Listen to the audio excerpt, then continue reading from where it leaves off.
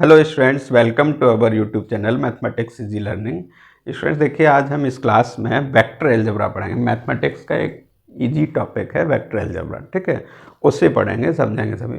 Basically इस class में हम आपको ये बताएंगे वेक्टर क्या होता है, ठीक है, या कोई पॉइंट्स दिए हुए हैं तो उससे पोजीशन वेक्टर कैसे निकालते हैं, पोजीशन वेक्टर होता क्या है, डायरेक्शन रेशियोज क्या होते हैं, clear, direction ratios of any vector, direction cosines of any vector, ठीक।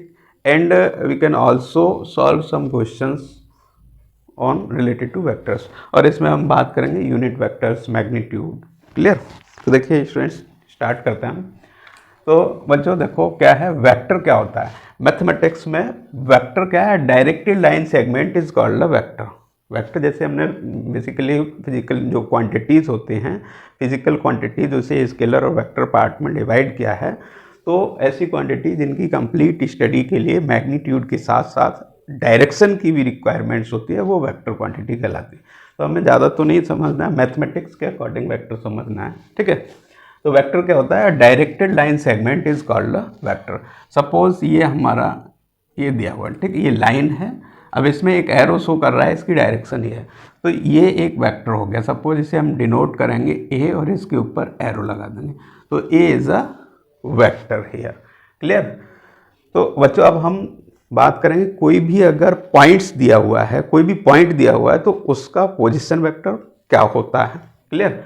जैसे सपोज हमें कोई, पहले हम पोजीशन वेक्टर पाते हैं।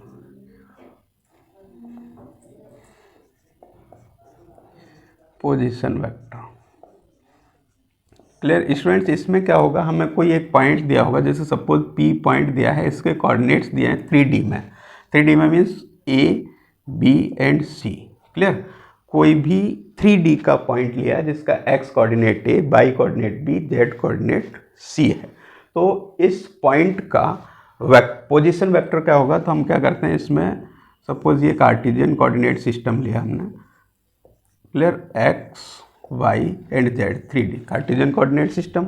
इसमें ये पॉइंट को लोकेट करेंगे, ये सपोज यहाँ पर होगा स्पेस में, तो इसमें क्या होगा, ये एक्स कंपोनेंट, वाई कंपोनेंट, और इसके ऊपर ये यहाँ से जाएंगे जेड कंपोनेंट, तो वो आपके गिवन है, क्लियर। अब हम पोजीशन वेक्टर का, अगर हम ओरिजिन ओ लें तो पोजीशन वेक्टर हमारा ये होता है ओ, ठीक है।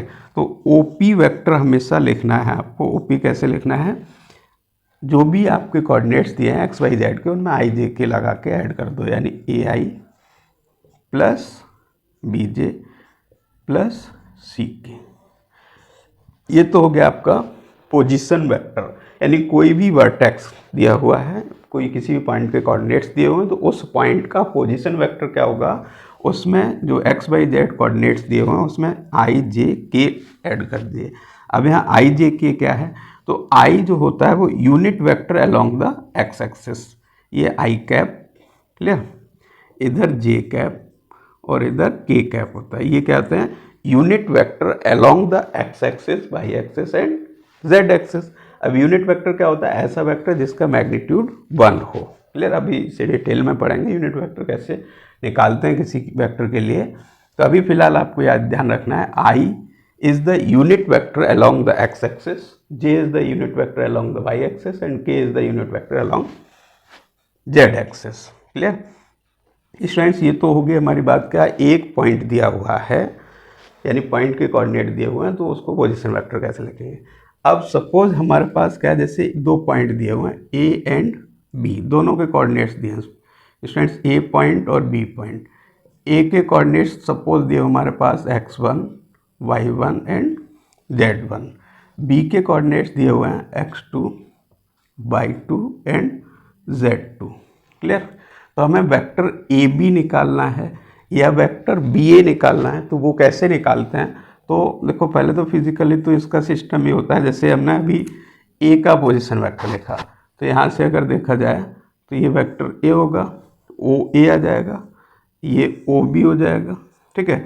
तो ए बी निकालने के लिए यहाँ पर vector A B, vector A B, vector A B के लिए होता है आपका बी का position vector O B minus A का position vector that is O A, clear. A B vector. A B vector क्या होगा, ओ बी माइनस ओ ए। अब ओ बी हमने जैसे यहाँ ओ पी निकाला तो वैसे ही ओ बी निकाल सकते हो। ओ बी क्या होगा आपका x two i y two j z two के।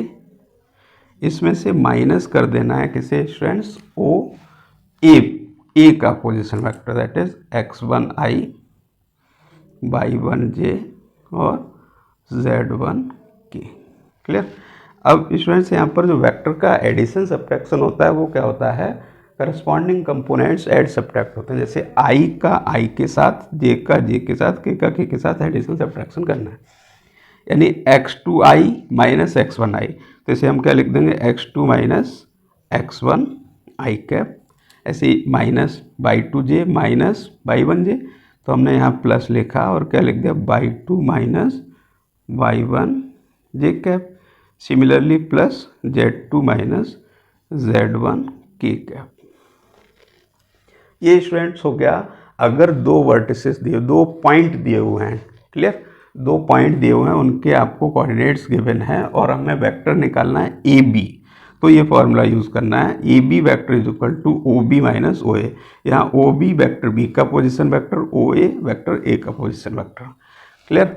ऐसे अगर सपोज हमें इसी में क्या निकालना होता है, if you want to find vector B A, क्या निकालना होता है, इसकी डायरेक्शन चेंज करना, बी ए।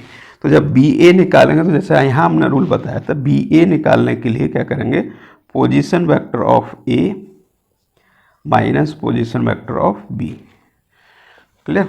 ये बी ए के लिए यानी लास्ट में जो पॉइंट है उसके पोजीशन वेक्टर से फर्स्ट जो लिखा हुआ उसके पोजीशन वेक्टर को माइनस करना। तो यहाँ पर ओ ए हमारा क्या है, एक्स वन आई वाई वन जे और जेड वन के।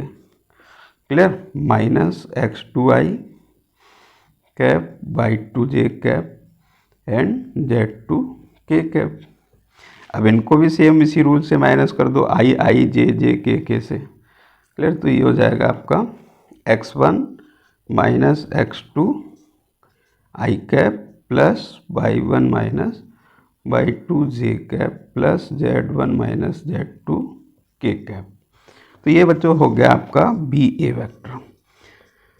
क्लियर। तो यहाँ तक अभी हमने क्या देखा, कोई भी पॉइंट दिया हुआ है उसका पोजीशन वेक्टर कैसे निकालते हैं, या कोई भी एंड पॉइंट्स किसी भी लाइन के दिए हुए हैं तो उस लाइन को ए बी या बी ए वैक्टर कैसे निकालेंगे, तो वही position vector of last minus first, इस टाइप से। ठीक है।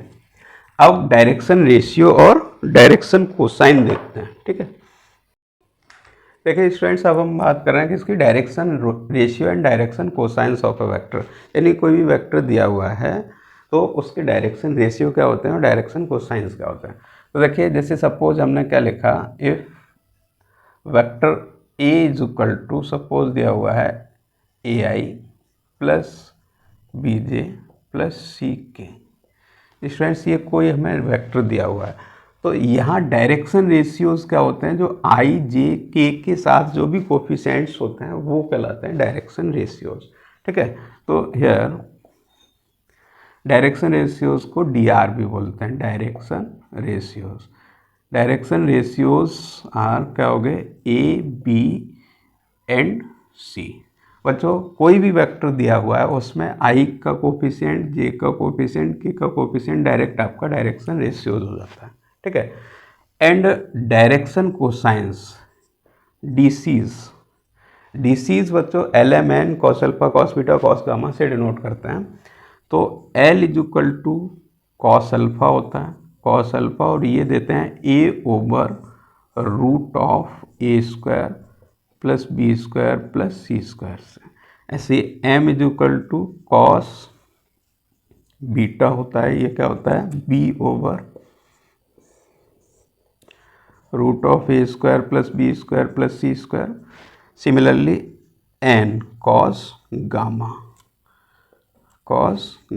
ये क्या होता है, C over root of A square plus B square plus C square. तो ये तो स्टूडेंट्स हो गए डायरेक्शन कोसाइंस, और ये क्या हो गए आपके डायरेक्शन रेशियोज। ठीक है। अब देखिए जैसे सपोज हमारे पास कोई वेक्टर दिया हुआ है, that is if A if any vector A is equal to 2i minus 3j plus के 4k सपोज ये कोई वेक्टर दिया हुआ है, तो इसका सिंपल इसी से किसी ने डी आर पूछे, क्या पूछे, डी आर डायरेक्शन रेशियो, तो इसके डी आर डायरेक्शन रेशियोज क्या हो जाएंगे, A is equal to 2, B is equal to -3 and C is equal to 4। ये तो डायरेक्शन रेशियोज हो गए। और डी सीज अगर लिखना है इसी के, डी सीज लिखना है, डी सीज क्या हो जाएंगे, L is equal to A over A, ठीक है, क्या फॉर्मूला, ए क्या है 2, ये क्या हो गया 2 ओवर रूट ऑफ, इनको स्क्वायर करके ऐड कर दिया, यानी 4 + 9 + 16, clear. Same m is equal to v over that is -3 over root of 4 + 9 + 16, clear. और n is equal to 4 over root of 4 + 9 + 16। तो ऐसे किसी भी वेक्टर के डायरेक्शन कोसाइंस और डायरेक्शन रेशियोस निकाल सकते हैं, ठीक है। अब दोनों कॉन्सेप्ट को मर्ज करें बच्चों। एक क्वेश्चन इस टाइप से है, एक और क्वेश्चन हम लिख रहे हैं, जैसे find D Rs and D Cs of vector joining the points, यहाँ स्टूडेंट्स दो पॉइंट दिया हो, P दिया हुआ है 2 - 3 1, Q दिया हुआ है 4 2 - 3 सपोज, क्लियर। P Q दिए हुए हैं। क्वेश्चन क्या है, फिर से देखिए, find D R and D Cs of vector joining the points P and Q। दो P एंड Q पॉइंट दिए हुए हैं। तो हमने अभी इससे पिछले में बताया क्या कि अगर पॉइंट दिए हो तो वेक्टर कैसे निकालते हैं। तो first of all we find the vector P Q, ठीक है। तो वेक्टर पी क्यू निकालोगे जब, तो वेक्टर पी क्यू क्या होगा, क्या बताया था, position vector of Q minus position vector of P, यानी O Q minus O P, clear. तो ये क्या हो जाता है बच्चों, डायरेक्ट इनको इससे माइनस कर दो, तो ये क्या हो जाएगा 4 - 2, क्या 4 - 2 that is 2i, 2 - 3, 2 - 3 means 2 - +3 that is 5i, और -3 - 1 दैट इज -4j, क्लियर। तो ये हो गया पी क्यू। अब इसके आपको डी आर और डी सी सेम इसी टाइप से लिख लेना। तो इसका डी आर्स क्या हो गया, डी आर्स हो गए आपके A is equal to 2, B is equal to 5, C is equal to -4। Similarly DCs क्या होंगे, same L is equal to A that is 2 over root of 4 + 25 + 16, 4 + 25 + 16, clear. ऐसे ही M और एन। तो बच्चों ये तो हो गया अगर कोई सिंगल वेक्टर दिया हुआ है तो उसकी डायरेक्शन रेशियो, डायरेक्शन कोसाइंस। अगर दो पॉइंट दिए हुए हैं, क्लियर, दो पॉइंट दिए हुए हैं और लिखा हुआ है फाइंड द डी आर और D Cs joining the point. अब देखो यहाँ joining the point P Q, तो हमने पी क्यू निकाला क्यू पी, तो यहाँ पर उल्टा हो जाता ओ क्यू माइनस ओ, ठीक है। जो भी वेक्टर निकालना है पहले आपको, उसके बाद फिर उसके आई जे के कोफिशिएंट से ए बी सी लिख लो एंड ये, क्लियर। चलिए अब हम देखते हैं यूनिट वेक्टर क्या होता है, मैग्नीट्यूड क्या होता है, ठीक है। देखिए स्टूडेंट्स अब क्या है यूनिट वेक्टर। यूनिट वेक्टर क्या होता है, जैसा हमने अभी वेक्टर की डेफिनेशन बताई थी, वेक्टर क्या होता है, ऐसी क्वांटिटी जिसमें मैग्नीट्यूड और डायरेक्शन दोनों हो। तो यूनिट का मतलब यहाँ पर है मैग्नीट्यूड 1 होना चाहिए, क्लियर। तो देखिए स्टूडेंट सपोज हमारे पास if A is equal to कोई ए वेक्टर है A I plus B J plus C K, clear. तो इसका यूनिट वेक्टर कैसे देते हैं, तो पहली बात यूनिट वेक्टर जैसे हमने बताया था i j k x axis y axis z axis के करस्पॉन्ड्स यूनिट वेक्टर होते हैं, यानी उनका मैग्नीट्यूड 1 होता है। तो i cap j cap k cap से डिनोट। तो सेम हेयर यूनिट वेक्टर को किससे, कैप से डिनोट करेंगे। ये हो गया ए कैप, ठीक है। तो ए कैप कैसे देंगे, इसके लिए फॉर्मूला है वेक्टर अपॉन इसका मॉडुलस, क्लियर, मैग्नीट्यूड। यहाँ पर मैग्नीट्यूड के लिए आपका स्पेशली वही फॉर्म, मैग्नीट्यूड क्या होता है, मैग्नीट्यूड इज इक्वल टू यानी mod of A square plus B square plus C square, A square plus B square plus C square, clear. तो ये सिंपल एक छोटा सा क्वेश्चन बनता है, कोई वेक्टर दिया हुआ है तो उसका यूनिट वेक्टर निकालना है। तो क्या है vector, unit vector given by vector upon modulus, of given vector. Clear. जैसे फॉर एग्जांपल क्वेश्चन ये है, फाइंड यूनिट वेक्टर ऑफ लिखा होगा या in the direction of. Clear. जैसे हमें यहाँ पे find the unit vector of A, यहाँ ए कोई वेक्टर लिखना चाह रहा है। अदरवाइज क्वेश्चन के आधार से ऐसे भी लिखा होगा find the unit vector along the direction of, यानी डायरेक्शन ऑफ एक वेक्टर क्वांटिटी दी होगी। क्लियर। तो ये सपोज हमने कोई वेक्टर ले लिया i plus 2j plus suppose 3k।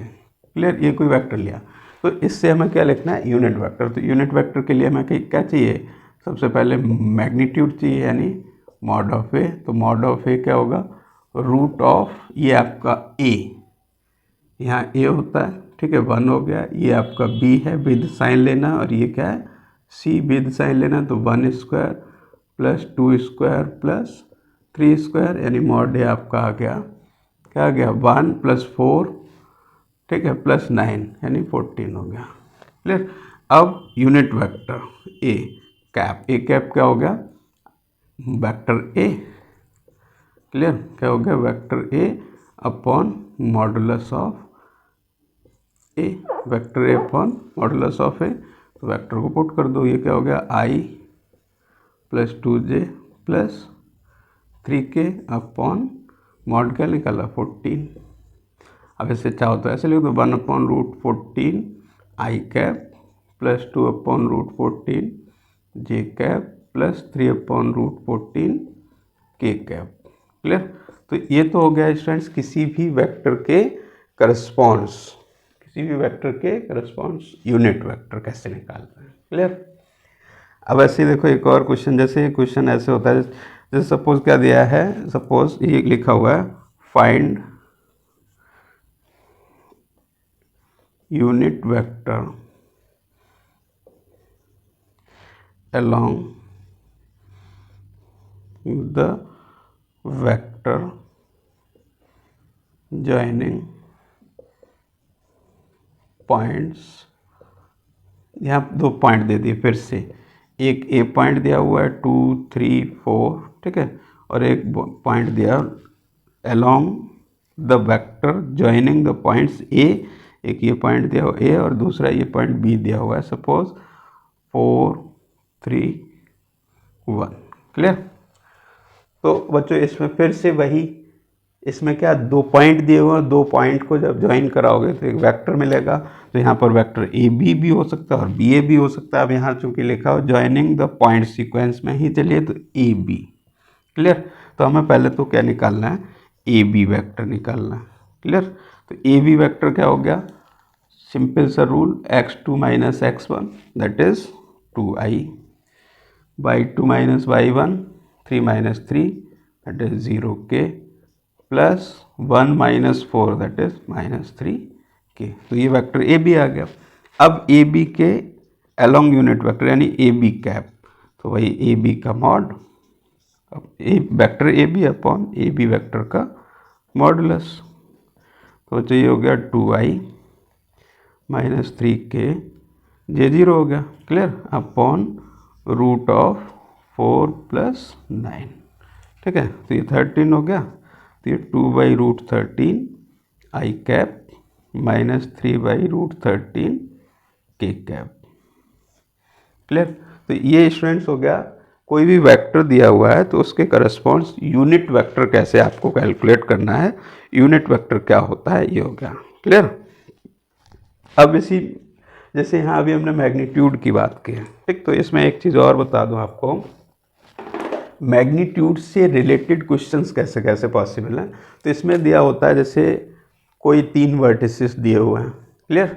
उसने शो कराया so that the given 3 vertices are 3 points are the vertices of right angle triangle, vertices of isosceles triangle या वर्टिसेस ऑफ इक्विलेटरल ट्रायंगल। तो उसमें क्या करना होता है, आपको तीनों पॉइंट से जो ट्रायंगल बनेगा उनकी साइड के वेक्टर निकालना है और मैग्नीट्यूड निकाल के कंडीशन चेक करनी है। अगर आइसोसेलेस है दैट इज 2 साइड सेम आनी चाहिए, इक्विलेटरल है तो तीनों साइड सेम आनी चाहिए, या राइट एंगल ट्रायंगल प्रूफ करवा रहा है तो आपको पाइथागोरस थ्योरम को वेरीफाई कराना है। फॉर एग्जाम्पल जैसे सपोज इसने ये कहा है so that vertices A B C, ये दिया हुआ है 1 2 3, बी दिया हुआ है 3 4 5, सी दिया हुआ है 4 5 6। क्वेश्चन ये है so that the vertices A B C form a right angle triangle या इक्विलेटरल ट्राइंगल, कुछ भी है। तो कैसे करना है इसके लिए वो मैं आपको बता देता हूँ। आपको first of all calculate the vector, clear. अब यहाँ पर ज़रूरी नहीं है ए बी निकालो या बी, कुछ भी निकालो, हमें मैग्नीट्यूड से मतलब होगा, क्लियर। तो हमने यहाँ ए बी निकाल, चाहे बी ए निकालो चाहे ए बी, सपोज बी ए निकाल लिया, बी सी निकाल लिया और ए सी निकाल लिया। तो बी ए निकालेंगे तो फिर से यही पोजीशन वेक्टर वाला फॉर्मूला लगेगा, क्लियर। बी ए कैलकुलेट करेंगे तो 3 - 1 4 - 2 बी ए माइनस बी, यानी 1 - 3 -2i, 2 - 4 -2j एंड 3 - 5 -3k। तो ये वेक्टर बी आ गया। ऐसे ही वेक्टर बी सी निकालेंगे, बी सी के लिए ओ सी माइनस ओ बी, सेम वही रूल, क्लियर। तो हमें ए बी ए मिलेगा, बी सी मिलेगा, ए सी मिलेगा। अब इसे क्या प्रूफ करना है, तो हमें पहले तो मैग्नीट्यूड निकालना है, यानी मॉडुलस निकालना है साइड ए बी, यानी बी ए बी जो भी निकाले तो बी ए का मॉडुलस, ये डिस्टेंस आ जाएगी, बी सी का मॉडुलस और ए सी का मॉडुलस। वेक्टर आप पोजीशन वेक्टर वाले फॉर्मूले से निकालेंगे, मॉडुलस के लिए ये फॉर्मूला ऐसे निकालेंगे, ठीक है। फिर हम कंडीशन वेरीफाई करेंगे कि ट्राइंगल आपको कैसा प्रूफ करवा रहा है। स्टूडेंट्स क्लियर, ये समझ में आ जाना चाहिए। मैग्नीट्यूड वाले फॉर्मूले से ट्राइंगल वाले क्वेश्चंस होंगे या रेक्टेंगल, क्वाड्रिलेटरल, किसी भी टाइप का प्रूफ करना है तो हो जाएगा, ठीक है। तो स्टूडेंट्स देखिए, इस क्लास में मैं यही रखते हैं, बाकी अगली अब क्लास जो है उसमें हम प्रोडक्ट ऑफ वेक्टर्स, ठीक है, उसमें स्केलर प्रोडक्ट और वेक्टर प्रोडक्ट की बात करेंगे 2 वेक्टर्स के लिए। फिर उसके बाद जो नेक्स्ट होगा आपका ट्रिपल प्रोडक्ट का स्केलर और वेक्टर होगा, ठीक है स्टूडेंट, थैंक यू।